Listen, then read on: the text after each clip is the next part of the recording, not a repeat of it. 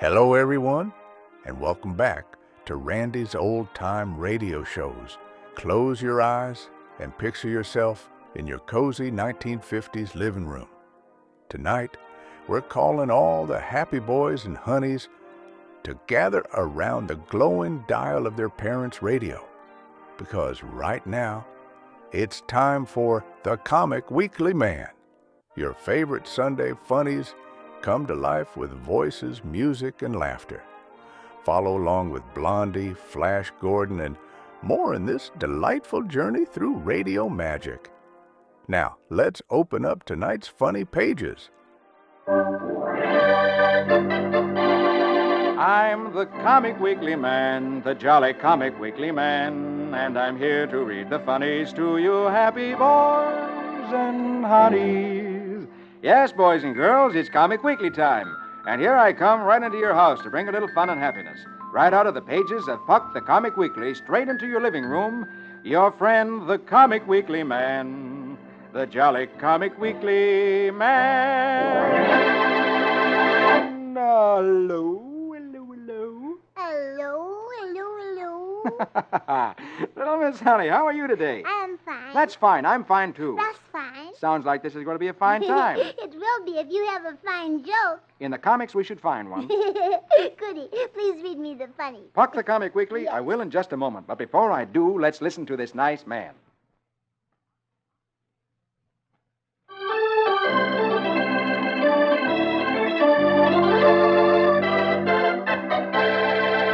Now, here we go with Puck the Comic Weekly. And at the top of the first page, there's little old Snookum. Yes, but could we turn over the page to Flash Gordon? It's so exciting, I just can't wait. Why, sure we can, because Zarkov, Flash's friend, has come in the rocket ships from Mongo. Just in time to save Flash. Uh-huh. And Zinn had escaped with the machine by which he controls the zombies. And they were just about to overpower Flash when Zarkov came. Well, I wonder whether Flash and Zarkov will capture Zinn now, so let's please read. Since you said please, we will read Flash Gordon. Riga-riga-doon-doon, Zaskamatash. Let's have music for heroic Flash.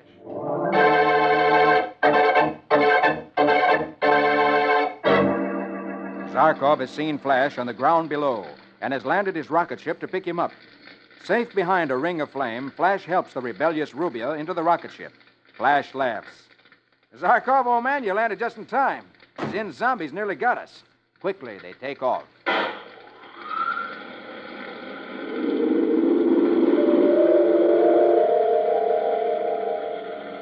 They zoom to the volcano crater where Dale was hiding. As Flash steps out of the ship, Dale throws her arms around him, almost weeping with joy. She tells him she was afraid he was caught in the fire caused by the bombs dropped by Zarkov. Flash chuckles. Well, I did have a pretty hot time of it. Dale then sees Rubia, whom Flash has brought along. She asks what she's doing here.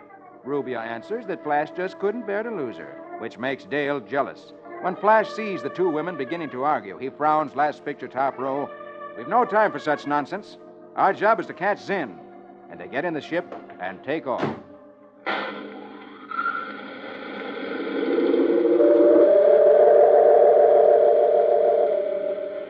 But the crafty Zinn, first picture, bottom row, is too deeply hidden inside the moon to be found. He controls his slave army through the auto-brain, thinking for them, even seeing through their eyes when he chooses. He sneers to himself. Flash, you're searching in the wrong place. Then he sees that Flash is raiding his laboratory.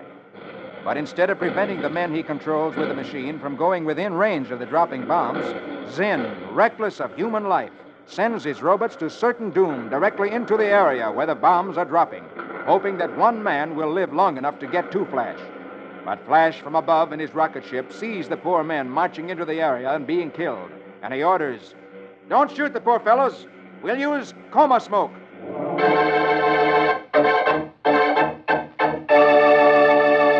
Does that mean that he's not going to drop any more bombs? That's right. Instead, he's going to use coma smoke, which the robots will inhale, and it'll put them into a sleep, which is a coma. Oh, that's very nice of Flash. Yes, that's what I thought, too. Well, I wish he could find where Zinn is hiding and get him so no more of those men will be killed. Well, let's hope they find him next week. Well, now, how would you like to read Dick's adventures? Oh, I'd love to, because Dick has been with Paul Revere in the early days of America. And remember last week, he and Paul Revere made a fast ride on horseback to a town called Lexington. And do you remember they were yelling, "The British are coming, the British are coming," and the people got out of bed in their nightshirts. Yes, and right in the middle of this dream, Dick woke up. Well, maybe he'll go to sleep again and have another exciting dream. So let's read, because they're so exciting. Well, let's find out now. So here we go on page 3 with Dick's Adventures in Dreamland. And say the magic words with me. Rickety-pack, kazak, kazik. Let's have music for Adventurous Dick.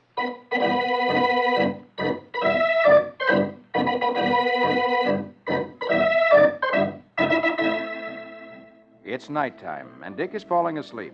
His father hears him mumbling and says, "I thought I just heard him say George Washington."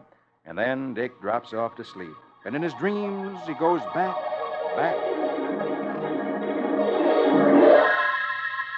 And he finds himself knocking on a door.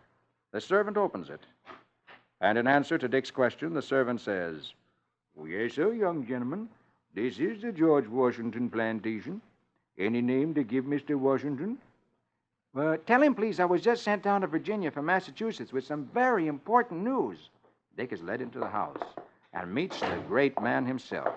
And last picture, top row, is telling George Washington, "Sir, the British regulars and the American Minutemen have fought their first battle. It started in Lexington on the 19th of April. And as Dick tells the story, George Washington sees it in his own mind, just as we see it in the pictures in the second row. The Redcoats marched up from Boston to arrest John Hancock and Sam Adams in Concord and to seize powder and bullets. But Paul Revere rode ahead and warned everyone. And the Minutemen were waiting in Lexington, and they were shot down. And at Concord Bridge, there was another battle. But the British were too late to catch Hancock or Adams, and most of the powder and bullets were used on them. And then they started back for Boston." And he goes on, first picture, bottom row. And the news spread like wildfire. Bells were ringing everywhere. Farmers left their fields and workmen left their benches, and they came with their guns and blasted the Redcoats from behind every tree and stone wall. And they cut them to pieces.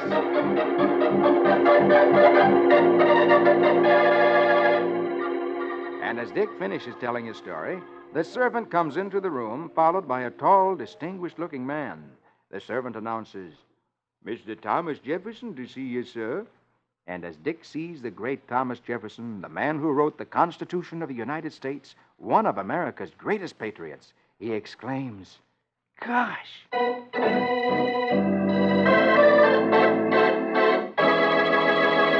Oh, wasn't that exciting?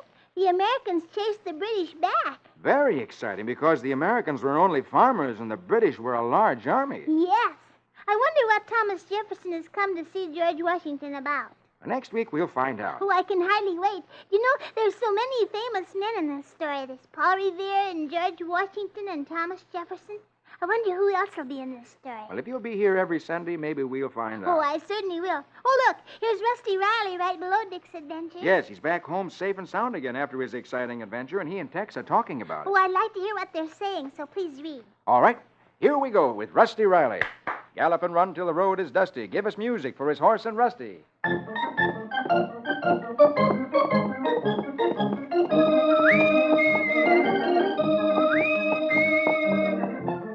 Tex and Rusty are sitting out in the barn in the tack room, which is where they keep the saddles and things. And Rusty is saying, "Golly, Tex, it's sure good to be back here after that awful night in the quarry. Well, I thought Hillbilly and I were done for."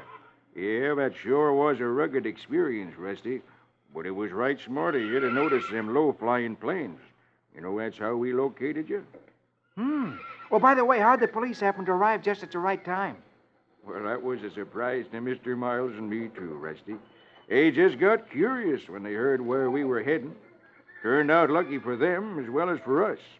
That hombre with the mustache is known as Blackie, a man they've wanted for a year. At this moment, Mr. Miles comes into the barn and says, "Oh, Tex, I'm glad I caught you in. And you too, Rusty. I have some business to attend to up in New England, so I'm going to open the old house on the coast.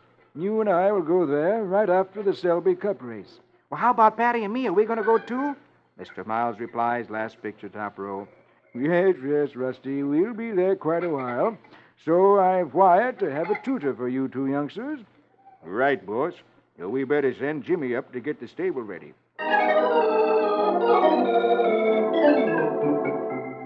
First picture next row. As Rusty's packing, he asks his little friend, Patty, "Hey, have you ever been up there, Patty? Where is it?" Patty tells him that it's a wonderful place called Shark's Neck, and that he'll just love it, that there are boats and fishing and everything. Rusty's eyes light up at the thought of going to this wonderful place. Meanwhile, many miles away, on the New England coast, a cantankerous-looking old man called the Squire is reading the telegram he has received from Mr. Miles announcing that they're coming. And he says to himself, This telegram for Miles poses a bit of a problem. I might even say nuisance. Well, I better talk this over with the captain. Last picture, he's down by the boatyard talking to a bearded old fellow who's a sea captain, saying, Captain, I have some disturbing news. Quentin Miles is coming up to occupy his house on Shark's Neck. This is a severe blow to our activities. The captain thinks for a second, then replies, Well, Squire, it's true it has the only safe beach on the neck, but with a little care, we ought to be able to keep on without too much danger.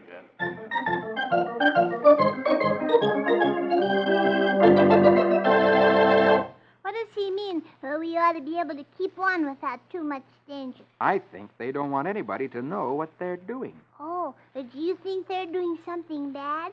I really think so. And Mr. Miles and Tex and Rusty are coming there? Yes? Uh-oh, more trouble. I'm afraid so. And I think we'll find out something about it next week. Goody. Now can we find out what's happening with Roy Rogers? He's in trouble, too. Yes, you bet he is. He was on his way to help a friend of his. And then he saw some wild horses running away, and he saw a man who was going to shoot one of them. And Roy jerked the gun right out of his hand. Then a minute later, another of the crooks had flicked a lasso over Roy's head, and Roy found himself tied up. So let's find out what the crooks are going to do to Roy. All right, turn over the page. And there on the top of page 5 is Roy Rogers, king of the cowboys. Hi-yip-hi-yo. Now here we go with Roy and Trigger. Hi-yip-hi-yo.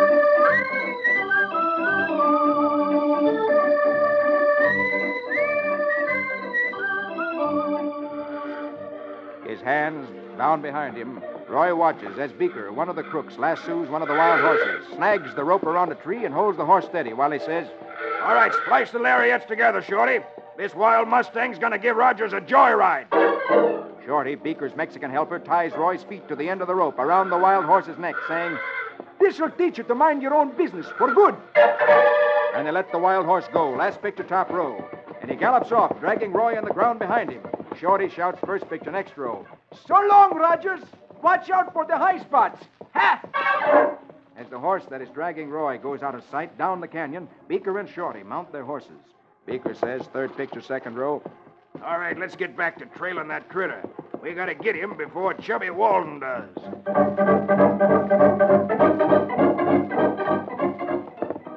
Meanwhile, last picture of the row, Roy shouts to Trigger, who has followed the wild horse, dragging him. Stop him, Trigger, quick! Force him into the canyon wall. Trigger gallops up and forces the horse against the canyon wall, stopping the horse. First picture, bottom row, Roy calls, Keep him busy till I get myself loose, Trigger boy. Quickly, Roy unties himself. The wild horse quiets down. And Roy climbs in the saddle and continues on his way, last picture, saying, I aim to get even with those two polecats, Trigger. But first we gotta find Chubby Walden. Suddenly, from some bushes off the road, there's a cry. Oh, oh! Roy exclaims, What's that? He reins in Trigger and wonders whether this is a trick or if someone is really in danger.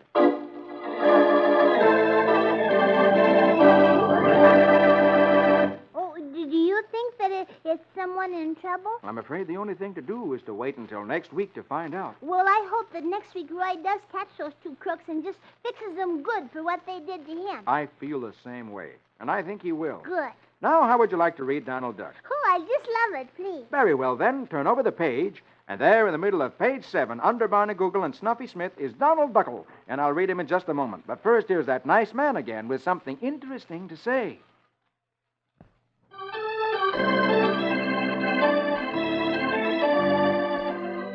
Now, here we go again with Puck the Comic Weekly, and in the middle of page 7 of the first section is Donald Duckle, good for a chuckle. Say the magic words for the music with me. Squeege 'em, chiddly chick chack. Let's have music to fit a quack quack.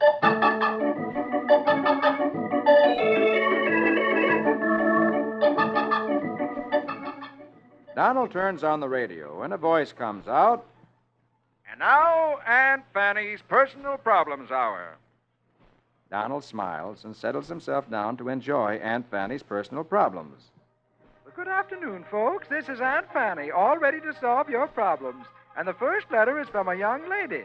Donald smiles and says, Ah, a young lady. and listens as Aunt Fanny reads the young lady's letter. Dear Aunt Fanny, my boyfriend is so stingy, he only takes me to the cheapest places. I'm desperate, Aunt Fanny. What shall I do? Signed, Daisy.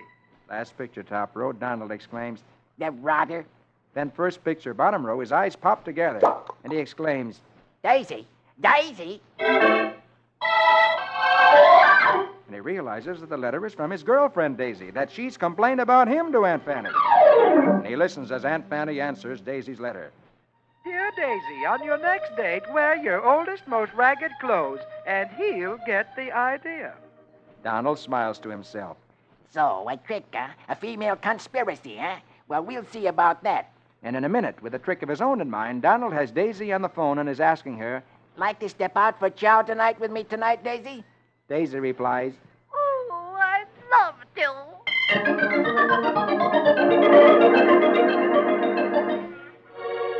Last picture, Donald dressed in his very best clothes, and Daisy dressed in her very worst clothes, enter a beautiful high-class nightclub. Donald looks very pleased with himself, and Daisy looks very unhappy with herself. Oh, Sheila, what a throb. And when the waiter sees Daisy, he looks just like this.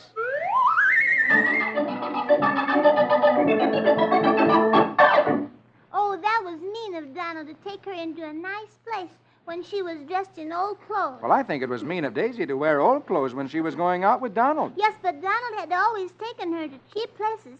And when a man... Should we read... Well, when a man takes the girl... Should we read Blondie? Well, when a man takes the girl to a cheap place... Very well, then we won't read Blondie. Oh, I'd love to have you read Blondie. Oh, you changed your mind, huh? No, I always love to have you read Dagwood and Blondie, and I know where to find them. Just pick up the first page of the second section of Puck the Comic Weekly. Well, since you have it all spread out, I shall read Dagwood and Blondie. Ramafoo, Ramafum, Zim Zam Zombie. Conjure me music for Dagwood and Blondie.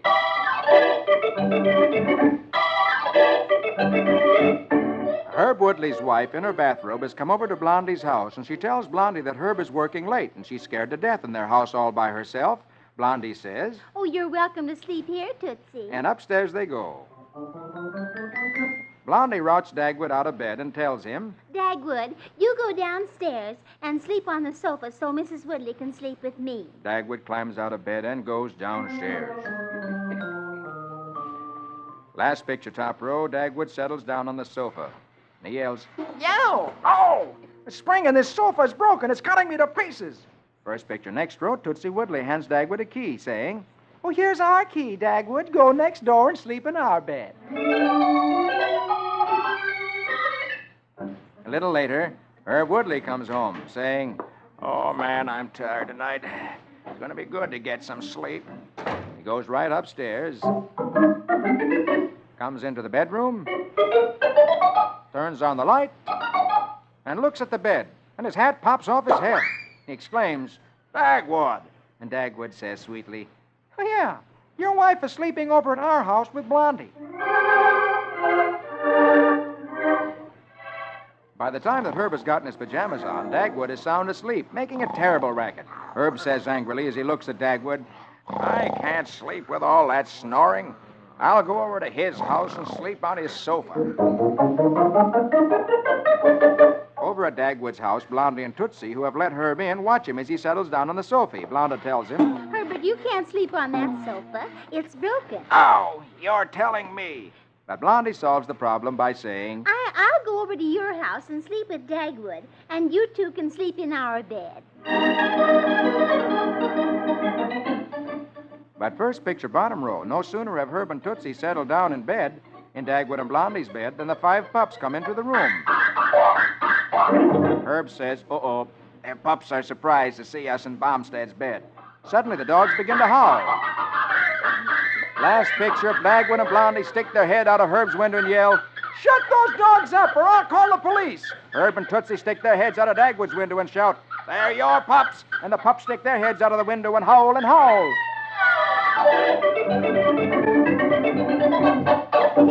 Wasn't that funny? Everybody was getting in and out of bed and sofas, and then they finally end up with Dagwood and Blondie in Herb's house, and Herb and Tootsie in Dagwood's house. I think that's so funny. Yes, it certainly is. Well, now, how would you like to hear Uncle Remus and his Tales of Brer Rabbit? Oh, I just love to. Well, goody. Turn over the page past Jungle Jim and to the top of page 3. And here we go with Uncle Remus and his Tales of Brer Rabbit. Say the magic words with me. Hippity-hoppity, make it a habit to give us music for old Brer Rabbit.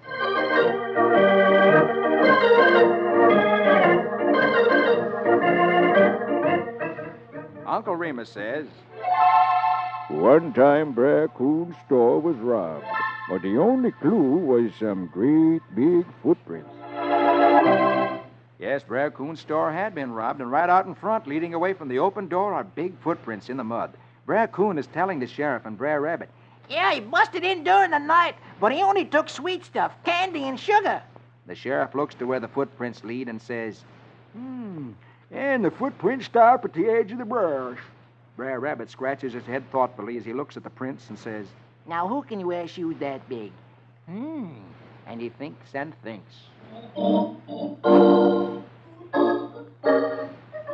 Somewhat later, Brer Rabbit is out in the woods talking to two little lizards, and he's saying, All I ask you to do, Brer Lizards, is to scout through the brush around here and see if you can find a pair of big boots.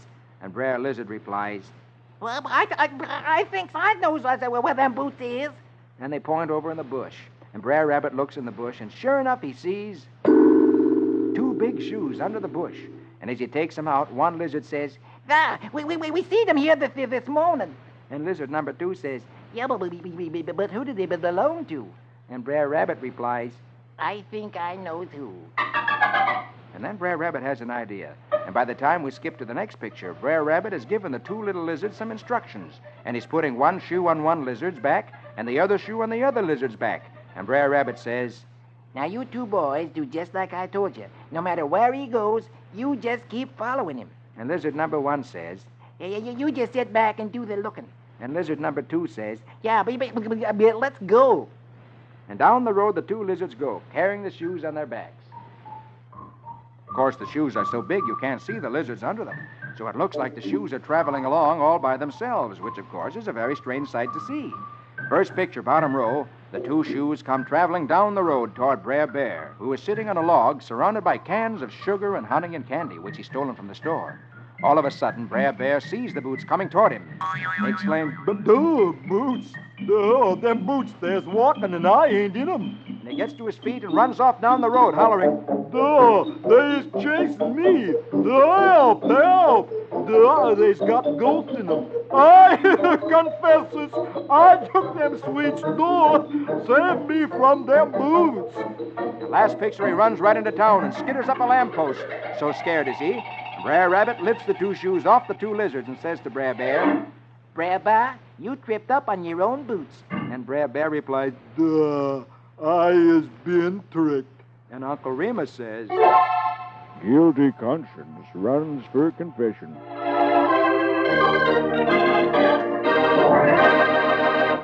Wasn't that a funny look on Brer Bear's face when he saw the two lizards coming toward him? Well, it certainly was, and I'm afraid Brer Bear's conscience got the best of him. Oh, I'm afraid so, too. I knew he was guilty. Well, now I'm afraid I'll be guilty if I don't read Prince Valiant to you. Yes, you certainly will be. Very well, then, turn over the page. Go past the Comic Weekly Club, which I'm sure you follow every day. Oh, yes, in the daily newspaper besides the Sunday paper. And go past the Lone Ranger, across the page, past Little Oh, Iodine. you don't have to turn all these pages. You just go to the right to the last page. That's where Prince Valiant is. Oh, yes, and here we are on the last page of the second section with Prince Valiant in the days of King Arthur. Hackett, Breckett, Gray Malkin, and Quince. Music romantic for a fair, fair prince.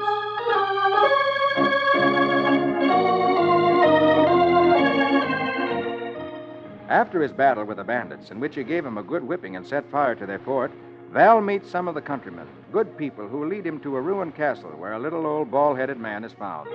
His name is Sieur de Luc, who says, Pardon the slight untidiness of my house, good sirs. I am seeking control of a monster who is boisterous at times.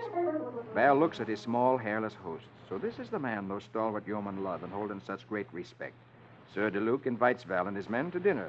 And last picture, top row, they dine in an unruined corner of the castle. Sir de Luc tells them, I am preoccupied with science, so I divided my land among my men and let them govern it in council. They do it better than I can. We all have greater freedom for our work. and he goes on, first picture, second row. I have a formula for arousing the energies of a genie. But so far, I have found no means of controlling him. Come, I will show you. So they rise from the table and go to the center of the room, where there's a hole in the floor. The Sieur de Luc tells them, Into this hole, I place the blood of a black rooster, so, a toad, so, and a broken wine jar, so. Now, on top of this, a bag of my secret powder. And then, chanting the magic words, ooh, botheration, I roll in a red-hot stone. They all look at the hole in the ground, wondering what the magic genie within will do. Suddenly, last picture of the row, the genie gives forth an ear-shattering roar, and an arm of flame hurls the stone skyward. There's an explosion as the stone shoots up. Everyone runs to hide, and a second later, the stone drops again on a table.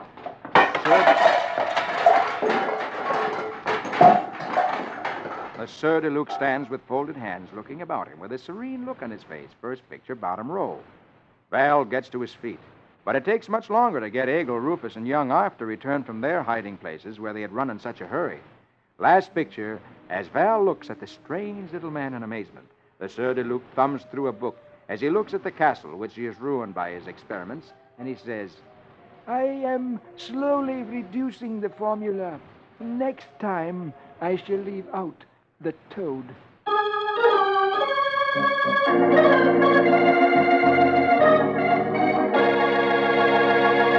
Well, what do you think of that? What do I think? I think he must be crazy. Look at that place. It's a mess. Yes, it is a mess. Do you think it will help any to leave out the toad? No, the toad won't do any good at all because the toad isn't causing any of that trouble. Well, then, why does he use it? Well, in the old days, people used to believe superstitious things, that by mixing up such things as toads and the blood of roosters and mumbling strange words that they could perform magic, but it never happened. No? Then what caused the explosion? Well, if you come next week, you'll find out. Oh, I'll be here. Fine. Now, that's all the time I have, but before I go, here's that nice fellow with some more interesting information.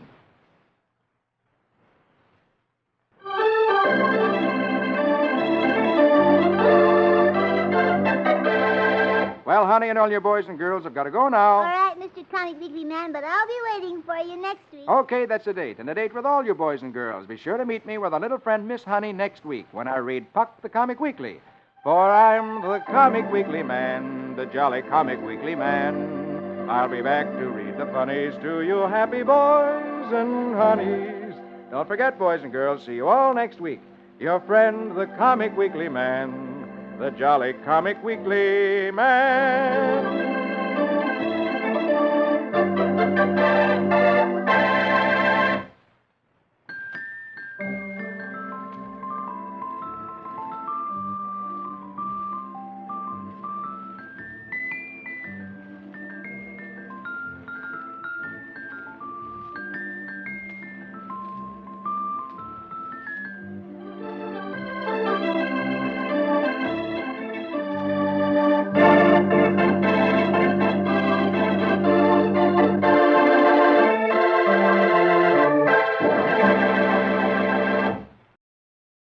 Well, folks, that's all for this episode here on Randy's Old Time Radio Shows.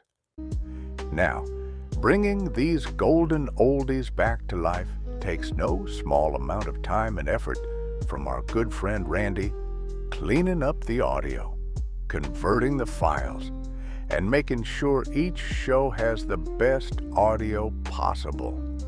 If you've enjoyed the program and you'd like to help keep these classics on the airwaves night after night, why not consider a small donation? Every penny goes straight to supporting Randy's work and helping this channel stay on the air. You'll find the links down in the description below.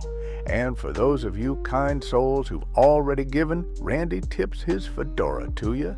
Your support truly keeps this old radio spirit alive. Thanks ever so much. And until next time, keep those dials tuned and keep the memories rolling.